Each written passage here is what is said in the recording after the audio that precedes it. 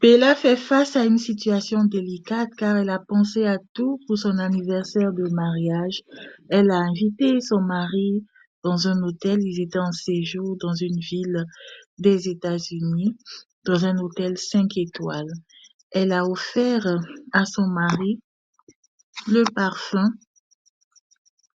que ma mère a créé, ce parfum à succès, et elle lui a offert d'autres somptueux cadeaux. Et son mari lui a demandé, mais chérie, à quelle occasion m'offres-tu ce cadeau?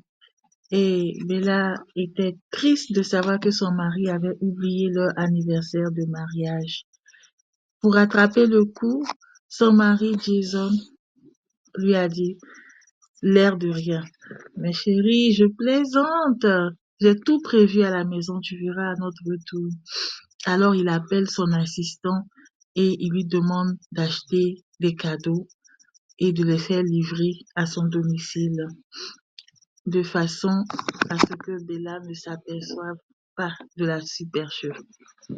De retour à leur domicile d'Hollywood, Bella découvre que son mari lui a offert une Porsche 911 de collection, une nouvelle garde-robe de chez Chanel et de nombreux autres, un magnifique bijou de l'époque précolombienne d'inspiration aztèque. Elle était très heureuse de d'arborer cette parure en or et de recevoir tous les cadeaux que son mari lui a offerts. En retour, elle lui a annoncé une très bonne nouvelle qu'elle comptait lui annoncer à l'hôtel où il séjournait à l'occasion de leur anniversaire de mariage, et c'est là qu'elle lui a annoncé qu'elle était enceinte. Et Jason était très heureux. Il a appelé ses parents qui ont partagé le bonheur de cette nouvelle avec le jeune couple et ils se sont rendus donc dans un hôpital pour faire une échographie.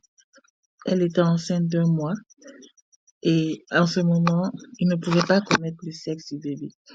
Il a fallu attendre que cela soit possible pour savoir que ses enfants étaient des jumeaux, un garçon et une fille.